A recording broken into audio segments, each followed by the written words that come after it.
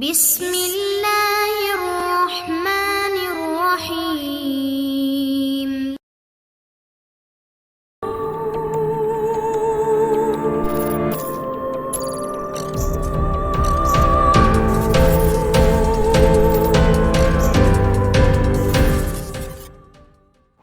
السلام علیکم دوستو، آصف نگری ناول بائے ایم اے راحت۔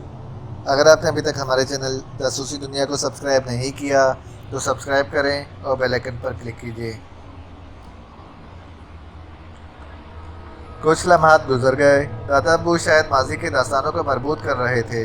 پھر انہوں نے کہنا شروع کیا۔ حیات احمد روایتی زمیندار تھے، سخت گیر، انتقامی مزاج رکھنے والے۔ گیتی آرا بیگم سے ان کی شادی ان کی مرضی کے خلاف ہوئی تھی۔ وہ سمن آرا کو پسند کرتے تھے، لیکن سمن آرا سے میری بچپن ہی میں منگنی ہو گئی تھی۔ انہوں نے گیتی آرا بیگم سے شادی سے انحراف کیا، لیکن ان کے والد نیاز احمد صاحب بھی انہی کی طرح سخت گیر تھے۔ نوبت یہاں تک آ گئی کہ انہوں نے بیٹے سے کہہ دیا کہ اگر انہوں نے گیتی آرا بیگم سے شادی نہ کی تو انہیں آگ کر دیا جائے گا۔ بحالت مجبوری حیات احمد نے گیتی آرا بیگم سے شادی کر لی۔ نیاز احمد کا انتقال ہو گیا، لیکن گیتی آرا بیگم کو بھی شوہر کی محبت نہیں ملی۔ وہ ہمیشہ ان کی نفرت کا شکار رہیں۔ بہرحال حیات احمد کی اولاد میں سب سے چھوٹے امتیاز احمد تھے۔ ولایت احمد کی شادی ہو گئی، ممتاز صاحب کی بھی شادی ہو گئی، امتیاز احمد رہ گئے تھے۔ حیات احمد کے دل میں سمن آرا کی کسک اب بھی موجود تھی۔ آخرکار انہوں نے اپنے سب سے چھوٹے بیٹے یعنی آپ کے والد امتیاز احمد کو اپنے پاس بلایا اور ان سے ایک عجیب خواہش کا اظہار کیا۔ انہوں نے کہا کہ امتیاز احمد سمن آرا کی بیٹی نگہت آرا سے پینگیں بڑھائیں اور اسے اس حد تک اپنے قابو میں کر لیں کہ ہمارے خاندانی ساکھ تباہ و برباد ہو جائے اور ہم کہیں منہ دکھانے کے قابل نہ رہیں۔ امتیاز احمد حیران تو بے شک ہوئے تھے، لیکن وہ مختلف طبیعت کے انسان تھے۔ گیتی آرا کو بہت عرصے کے بعد سمن آرا سے ملنے کی اجازت دے دی گئی۔ وہ بیچاری اپنی محرومیوں کا شکار تھیں اور ان کا مزاج صوفیانہ ہو گیا تھا۔ امتیاز احمد کو یہ ہدایت دے کر ہمارے گھر بھیجا گیا کہ وہ نگہت آرا پر ڈورے ڈالیں اور اسے برباد کریں۔ نگہت آرا کا رشتہ بھی ایک جگہ طے ہو گیا تھا۔ بہرحال امتیاز احمد ہمارے گھر آئے اور انہوں نے اپنی والد کی ہدایات کے مطابق کام کرنے کی بجائے مجھے ان تمام باتوں سے آگاہ کیا اور میں دنگ رہ گیا۔ حیات احمد کا منصوبہ انتہائی بھیانک تھا۔ میرے ہاتھ پاؤں پھول گئے۔ میں نے امتیاز احمد کے پاؤں پکڑ لیے اور ان کا شکریہ ادا کیا تو انہوں نے انتہائی سرد لہجے میں کہا، میں جانتا ہوں کہ اس کے بعد نہ صرف میرے گھر کا ماحول بلکہ یہ دنیا میرے لیے جہنم بنا دی جائے گی، اس لیے میں ملک سے باہر جا رہا ہوں، کہیں اور زندگی گزارنے کی کوشش کروں گا۔ ہم سب جانتے تھے کہ حیات احمد کس قدر خطرناک انسان ہیں۔ ان کے والد نیاز احمد زندہ ہوتے تو شاید انہیں کنٹرول کیا جا سکتا تھا، لیکن ان کا بھی انتقال ہو چکا تھا۔ بہرحال امتیاز احمد ملک سے باہر چلے گئے اور کسی کو ان کا کوئی پتہ نہ چل سکا۔ ادھر جب حیات احمد کو یہ بات معلوم ہوئی کہ امتیاز احمد نے ان سے غداری کی ہے تو وہ آتش بن گئے اور انہوں نے ہمیں تباہ و برباد کرنے کی ہر ممکن کوشش کر ڈالی۔ بیچاری گیتی آرا اسی وقت سے بیمار رہنے لگی۔ حیات احمد نے وہ سب کچھ کر ڈالا جو وہ کر سکتے تھے۔ ہماری ساری زمینیں بک گئیں اور ہم بد سے بدتر حالات کی طرف چل پڑے۔ پھر حیات احمد کا ایک حادثے میں انتقال ہو گیا۔ انہیں سانپ نے ڈس لیا تھا۔ ان کی اس طرح اچانک موت کے بعد سارا شیرازہ منتشر ہو گیا۔ تمہاری پھپھی یعنی جہاں آرا بیگم کی شادی ہو چکی تھی، اور جیسا کہ مختصراً میں نے تمہیں ان کے شوہر کے بارے میں بتایا، وہ خاصے اوباش طبع انسان تھے۔ سب سے بڑا کردار ولایت احمد خان کی بیگم طاہرہ خانم نے ادا کیا۔ ان کا تعلق اس سیاسی خاندان سے تھا۔ انہوں نے اپنے وسائل بروئے کار لاتے ہوئے وہ سب کچھ ہضم کر لیا جو کر سکتی تھیں۔ امتیاز احمد ویسے ہی ملک سے باہر تھے۔ ممتاز احمد اس طرح کے جوڑ توڑ کے ماہر نہیں تھے۔ سب الگ الگ ہوتے چلے گئے۔ گیتی آرا بیگم کو ممتاز احمد نے اپنے ساتھ رکھ لیا۔ پھر ولایت احمد کا بھی انتقال ہو گیا۔ طاہرہ خانم نے لاہور آباد کر لیا۔ ہم یہاں ساہیوال میں آ گئے۔ ہماری بیٹی نگہت کی شادی ہو گئی تھی، لیکن اس کے شوہر بھی ساتھ نہ دے سکے اور ان کا بھی انتقال ہو گیا۔ نگہت بیوہ ہو گئی۔ ارجمن ان کی اکلوتی بیٹی ہے۔ بس یہ مختصر سی کہانی ہے بیٹے۔ وہ احسان جس کا میں تم سے بار بار تذکرہ کر رہا ہوں وہ یہی تھا، اگر امتیاز احمد اپنے والد کی ہدایت پر کام کرتے اور ہمیں تباہ کر دیتے تو نہ جانے ہمارا کیا حشر ہوتا۔ یہ غربت ہم پر مسلط ہو گئی ہے، لیکن ہم اس میں بھی خوش ہیں۔ جیسے بھی گزر رہی ہے اللہ کا احسان ہے۔ اب یوں سمجھ لو کہ میں اپنے بچوں کو کلام پاک پڑھاتا ہوں، ارجمند ایک اسکول میں استانی ہیں۔ اس طرح ہماری زندگی گزر رہی ہے۔ گیتی آرا بیگم کو ممتاز احمد اپنے ساتھ لاہور لے گئے تھے۔ کچھ عجیب سا افراتفری کا ماحول پیدا ہو گیا تھا، کوئی کسی سے نہیں مل رہا تھا، اور اس میں بھی طاہرہ خانم کا ہاتھ تھا۔ سنا ہے کہ وہ کچھ تعویذ گنڈوں کا چکر بھی چلائے ہوئے ہیں۔ خاصے اچھے تعلقات ہیں، کوئی بھی ان کے خلاف کوئی قدم اٹھانے کی کوشش نہیں کرتا۔ سنا ہے ممتاز احمد سے بھی نسل چل رہی ہے اور کچھ اختلافات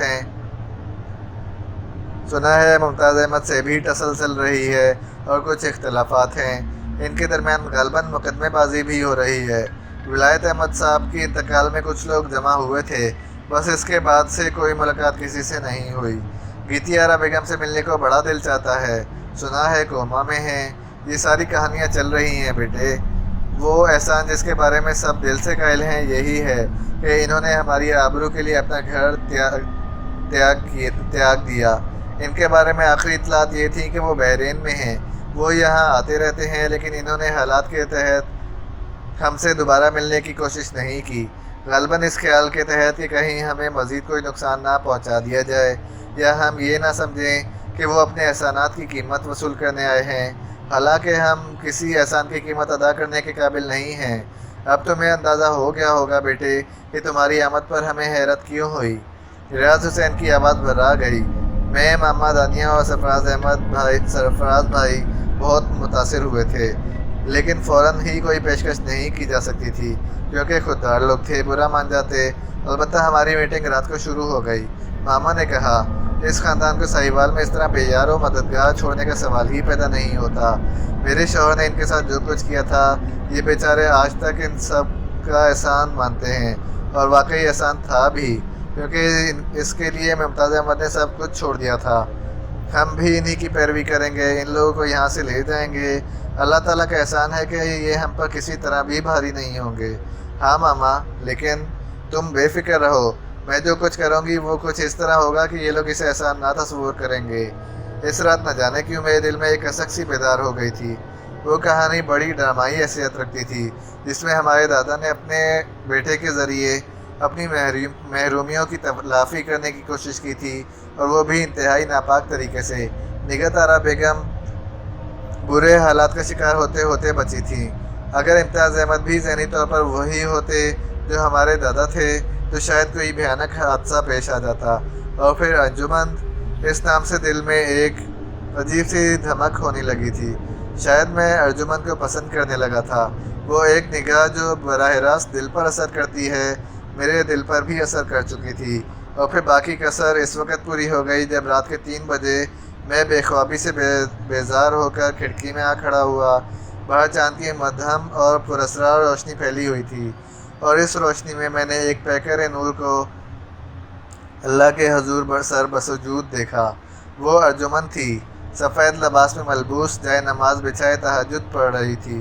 میں خاموشی سے اسے دیکھتا رہا۔ چاندنی اس کے چہرے پر چمک رہی تھی۔ میں خاموشی سے اسے دیکھتا رہا، اور کافی دیر اسی طرح گزر گئی۔ سرفراز بھائی نے کروٹ بدلی تھی تو میں کھڑکی سے ہٹ گیا، لیکن پھر ساری رات نیند نہیں آئی تھی۔ صبح کے کوئی 6:30 بجے ہوں گے۔ کھڑکی سے اجالا جھانک رہا تھا۔ مجھے ایک بہت ہی حسین آواز سنائی دی، جس میں کلام پاک پڑھا جا رہا تھا۔ یہ بھی ارجمند ہی تھی۔ در حقیقت میں پوری طرح اپنے احساس کی لپیٹ میں آ گیا۔ ارجمند میرے وجود میں بس گئی، لیکن ابھی میں اپنے آپ پر قابو رکھنا تھا۔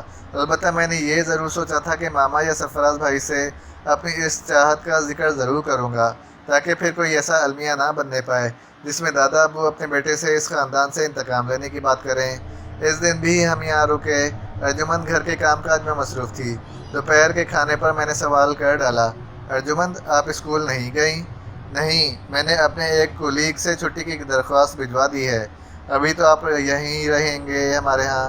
بیٹا ہم کل چلے جائیں گے، ماما نے کہا۔ دیکھو، اب جب کہ تم لوگوں نے ہمیں بھی عزت دار بنا دیا ہے تو پھر کچھ وقت ہمارے ساتھ گزارو۔ دادا ابو نے فوراً ہی مداخلت کی۔ سرفراز بھائی نے کہا، دادا ابو، اب تو آپ کے ساتھ بہت سا وقت گزرے گا۔ میں آپ کو حالات بتا چکا ہوں، ہمیں اپنا کاروبار دیکھنا ہے۔ یہاں سے فوراً واپس جا کر مزید آپ کو کچھ تفصیلات میں آج رات کو بتاؤں گا۔ اگر کوئی مجبوری ہے بیٹے تو میں فضول ضد کا قائل نہیں ہوں۔ رات کو ہم لوگ پھر سر جوڑ کر بیٹھ گئے۔ میں نے دادا ابو کو بتایا کہ کتنی بہت سی زمینیں ہیں ہمارے پاس۔ اس کے علاوہ لاہور میں بھی بے شمار جائیداد ہے، ایک رائس مل ہے گھکڑ میں۔ ان تمام چیزوں کو کنٹرول کرنے کے لیے ہمیں باقاعدہ اسٹاف کی ضرورت ہے۔ یہ سارا کام ہمیں کرنا ہے۔ اگر ان میں پھنس جاتے تو آپ سے ملاقات کرنے میں کچھ وقت لگ جاتا، اس لیے ہم پہلے ہی یہاں آ گئے۔ لیکن آپ سے دور رہنا مشکل ہے، اور پھر صاحبال لاہور سے دور ہی کتنا ہے۔ ہم سب اس بات کے خواہش مند ہیں کہ دادا ابو کے اس منتشر خاندان کو پھر سے یکجا کریں۔ جتنے بھی ہیں ملتے جلتے رہیں۔ خدا کرے ایسا ہو جائے۔ اللہ تعالیٰ ہمیں دائرہ خانم کے شر سے محفوظ رکھے۔ دادا ابو نے مسکراتے ہوئے کہا۔ ارجمند نکھت آرا کچھ اور بے تکلف ہو گئیں۔ میں نے ارجمند کی اس بات کو اچھی طرح نوٹ کیا تھا کہ وہ ہم لوگوں کی آمد سے بہت زیادہ خوش ہیں۔ دوسرے دن ہم واپسی کے لیے تیار تھے اور وہ سب بہت اداس نظر آ رہے تھے۔ میں نے اچانک ارجمند کی طرف دیکھا تو اس کی آنکھوں میں یاس کی پرچھائیاں رینگتی ہوئی نظر آئیں۔ میں ہر تکلف کو بالائے طاق رکھ کر اس کے پاس پہنچ گیا۔ ارجمند، میں آپ کے پاس آتا رہوں گا۔ بتائیے میرے آنے سے آپ کو کسی طرح ناگوار کیفیت کا احساس تو نہیں ہوگا؟ ارجمند نے نگاہیں اٹھا کر مجھے دیکھا، منہ سے کچھ نہ بولی، لیکن اس بات کا میں دل سے قائل ہو گیا کہ آنکھوں کی اپنی زبان ہوتی ہے۔ میں نے مسکرا کر کہا، اس اجازت کا شکریہ۔ اس کے ہونٹوں پر مدھم سی مسکراہٹ پھیل گئی۔ بہرحال اس کے بعد ہم چل پڑے۔ جب تک وہ لوگ نظر آتے رہے میں بھی انہیں دیکھتا رہا۔ ماما اور سرفراز بھائی نے غالباً میری اس کیفیت کو نوٹ کر لیا تھا، لیکن کسی نے کچھ نہیں کہا۔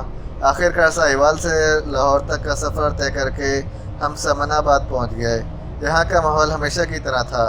تایا ابو نے خوش اخلاقی سے ہمیں خوش آمدید کہا۔ ہیرا اور سلطانہ بھی خوش تھیں۔ یہ غلط بات ہے، آپ لوگ اس طرح کئی دن کے لیے غائب رہنے لگے ہیں۔ اب جناب عالی، آپ کو اس طرح کی اجازت نہیں ہے، ہمارا بھی خیال رکھیے گا، سلطانہ نے شکایت بھرے لہجے میں کہا۔ میں تایا ابو سے بات کروں گا۔ ویسے تو اب ہمارا کوئی لمبا پروگرام نہیں ہے، لیکن میں تایا ابو سے کہوں گا کہ وہ تم لوگوں کو ہمارے ساتھ جانے کی اجازت دے دیا کریں۔ کیسے ملے وہ سب لوگ؟ وہاں ارجمند ہیں، بہت ہی نفیس لڑکی ہے۔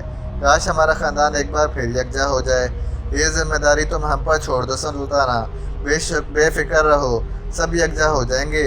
بلکہ تھوڑے ہی دنوں کے بعد میں دادا ابو، سمن آرا بیگم، نگہت آنٹی اور ارجمند کو یہاں بلاؤں گا۔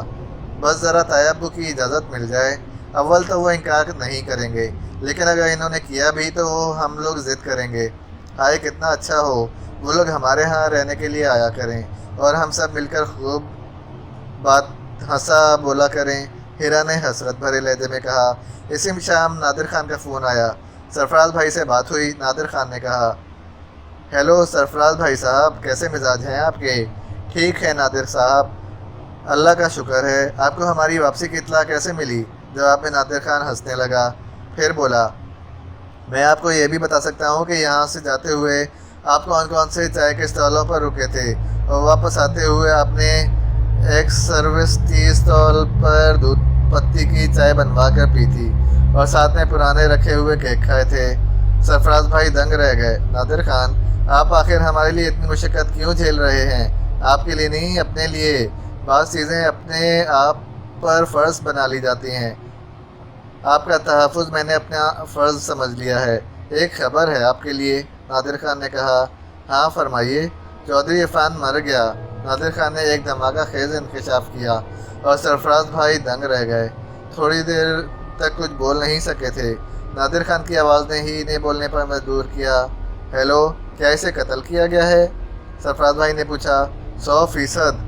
مزے کی بات آپ کو یہ بتاؤں کہ اس کی موت بھی دم گھٹنے سے ہوئی ہے، اور مزید دلچسپ بات یہ ہے کہ اس کے کندھے کے نیچے وہی پراسرار بال ملے ہیں جو کہ کسی جانور کے بال، سمجھ رہے ہیں نا آپ؟ ہاں، سرفراز بھائی نے لرزتی ہوئی آواز میں کہا، پھر بولے، پاپا کی لاش کے پاس بھی ویسے ہی بال ملے تھے، اور اس کے بعد جان خان کی موت بھی دم گھٹنے سے ہوئی، اور اس کے پاس سے اس نامعلوم جانور کے بال دستیاب ہوئے، اور یہ تیسری موت بھی بالکل اسی انداز کی ہے۔ لیکن نادر خان، اس سے یہ اندازہ ہوتا ہے کہ تائی جان کا کوئی نہ کوئی تعلق ان تینوں اموات سے ضرور ہے۔ نہیں، میں ابھی کچھ نہیں کہہ سکتا۔